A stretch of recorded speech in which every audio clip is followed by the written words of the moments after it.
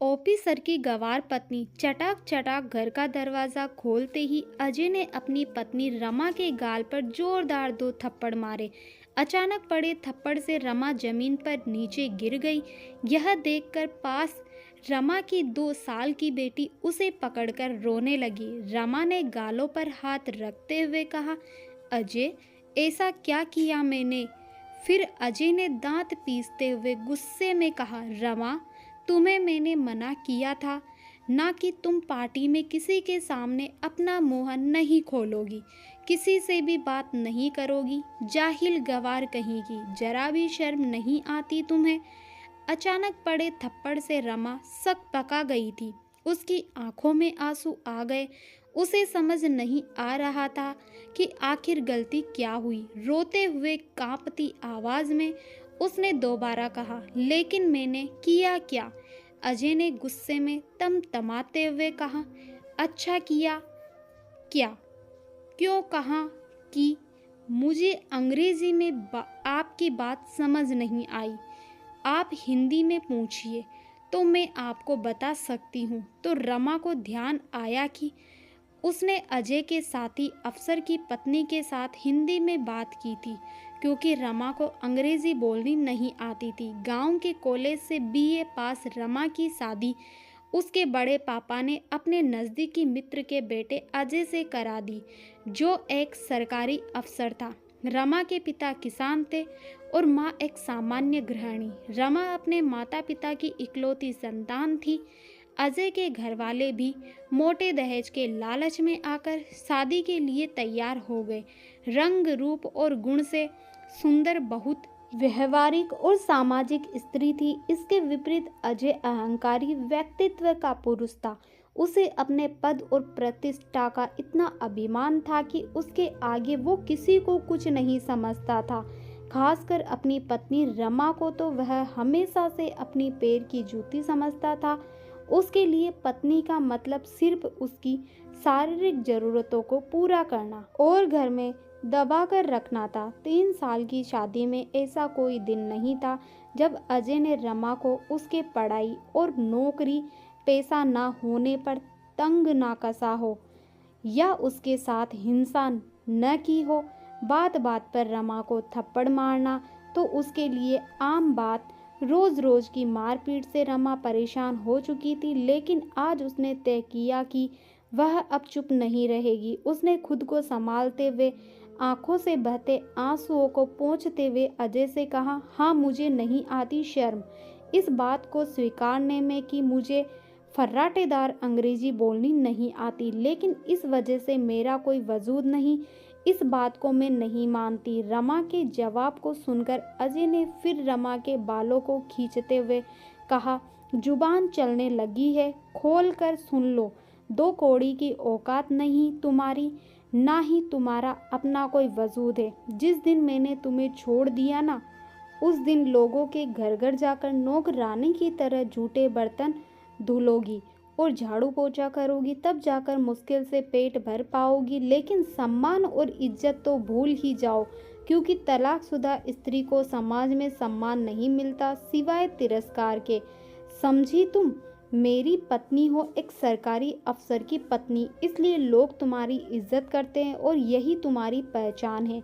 2 साल की बेटी को गोद में लेकर रमा ने कहा, तो मैं पिछले 3 सालों से धोखे में थी कि तुम मुझसे प्यार करते हो और एक ना एक दिन तुम मेरे प्यार को समझोगे और मैं तुम्हें अपने प्यार से बदल दूंगी, क्योंकि पति पत्नी मिलकर एक दूसरे के पूरक बनते हैं। लेकिन मैं गलत थी। मुझे क्या पता था कि प्रतिस्पर्धा पति पत्नी में भी होती है। ठीक है, मैं जा रही हूँ हमेशा हमेशा के लिए तुम्हारी जिंदगी से। अब तुम अपने स्टैंडर्ड की दूसरी पत्नी ले आना, अपने लिए मैं तलाक के पेपर भेज दूंगी। कहकर रमा वापस अपने गांव अपने माता पिता के पास चली गई। विकट परिस्थितियों में भी कभी रमा ने हार नहीं मानी।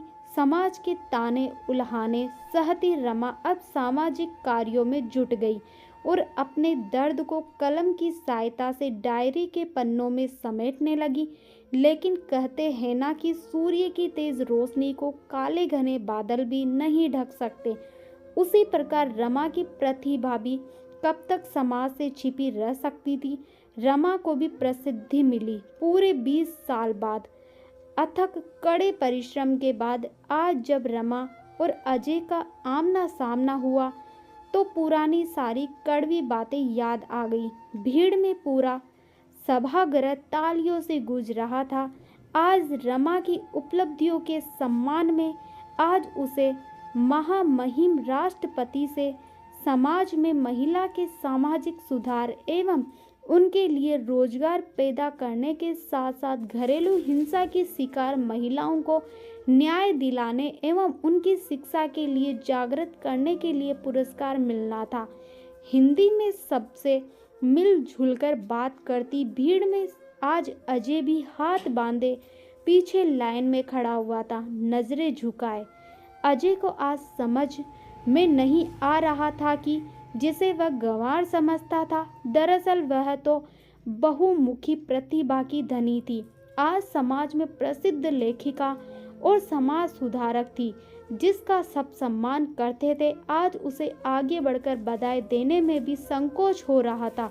तभी एक पत्रकार ने आगे बढ़कर रमा से अंग्रेजी में सवाल पूछा तो आज फिर नम्रता पूर्वक हाथ जोड़कर कहा, महोदय कृपया अपना प्रश्न हिंदी में पूछे, मुझे अंग्रेजी नहीं आती। तब पत्रकार ने कहा, जी माफ़ी चाहूँगा, मैं अपना सवाल हिंदी में पूछता हूँ। मैडम, आपके मन में सामाजिक सेवा का ख्याल कैसे आया? अपनी सफलता का श्रेय आप किसे देना चाहेंगे? आज जहाँ लोग इंग्लिश मीडियम में अपने बच्चों को पढ़ा रहे हैं, इंग्लिश में बात कर रहे हैं, वहाँ आप हिंदी में लिखती है। क्या आपको कभी असफलता का डर नहीं लगा? तो रमा ने कहा, जी नहीं, मुझे हिंदी बोलने लिखने में शर्म नहीं आती। और जैसा कि हम सब जानते हैं कि परिस्थितियों से बड़ा गुरु कोई नहीं होता। कठिन परिस्थितियां हमें मजबूत बनाती है। इसलिए आज मैं उस व्यक्ति का दिल से आभार व्यक्त करना चाहूँगी जिसने मुझे अपने जीवन और घर से मुक्त कर मेरे स्वाभिमान को जगाया। वह व्यक्ति मेरे जीवन के ऐसे गुरु है, उनके दिया जख्मों ने मेरे अंदर दबे आत्मविश्वास और आत्मसम्मान को जीवन में नई दिशा एवं कुछ कर गुजरने के जुनून को जगाया। जिन्होंने मुझे अपने सामाजिक रिश्ते से आज़ाद करके बाहर समाज में आकर सांस लेने का और समाज के लिए कुछ करने का मौका दिया। बेशक आशीर्वाद और साथ मेरे माता पिता का मुझे मिला, लेकिन परिस्थितियों की ठोकर उस व्यक्ति से मिली। इसलिए मैं उसका आपके माध्यम से धन्यवाद करती हूँ। साथ ही हर महिला पुरुष से कहना चाहूँगी कि हमारी सफलता में हमारी भाषा कभी बाधक नहीं बन सकती और हिंदी तो हम सभी भारतवासियों के दिल की भाषा है। सफलता के लिए बस अच्छी लगन और जुनून की उस व्यक्ति से मिली, इसलिए मैं उसका आपके माध्यम से धन्यवाद करती हूँ। साथ ही हर महिला पुरुष से कहना चाहूँगी, हमारी सफलता में हमारी भाषा कभी बाधक नहीं बन सकती और हिंदी तो हम सब भारतवासियों के दिल की भाषा है। सफलता के लिए बस अच्छी लगन और जुनून की कार्यों में मेरी मदद करती है। अजय ने कहा, तुम ऐसा क्यों कह रही हो? वह मेरी भी बेटी है। मुझे माफ़ कर दो, मैं तुम्हारी अहमियत समझ नहीं पाया। तुम्हारे जाने के बाद मैंने अपने ही ऑफिस की महिला साथी अफसर से शादी की। 2 बेटे भी हैं, लेकिन मेरी कोई इज्जत नहीं, ना ही मेरी कोई अहमियत है। मेरी पत्नी मुझे बात बात में बदनाम करने और मेरा कैरियर ख़त्म करने की धमकी देती है और मैं चुपचाप सुनता हूँ क्योंकि मैं कुछ नहीं कर सकता। चुपचाप खड़ी अजय की बातों को सुनते रमा ने आखिर में हाथ जोड़कर कहा, महोदय, मैं असहाय लोगों की मदद करती हूँ, लेकिन आप तो खुद सक्षम हैं। मैं आपकी कोई सहायता नहीं कर सकती। तभी रमा की बेटी वहाँ आ गई और वह अपनी बेटी के साथ वहाँ से चली गई। अजय आज नजरें झुकाए चुपचाप सुन रहा था, लेकिन आज कुछ भी कहने की स्थिति में वह बिल्कुल नहीं था और अपने तिरस्कृत किए हुए रिश्तों को जाते देख रहा था, क्योंकि वह आज मजबूर था और कुछ नहीं कर बैठने तुम्हारे सकता था। लेकिन रमा, वह आज मजबूर थी। उम्मीद करती हूँ आपको यह कहानी पसंद आई होगी। कहानी पसंद आए तो वीडियो को लाइक शेयर, चैनल को सब्सक्राइब जरूर कीजिए। वीडियो पर आपकी क्या राय है कमेंट बॉक्स के अंदर कमेंट करके ज़रूर बताइए। वीडियो देखने के लिए आपका बहुत बहुत धन्यवाद।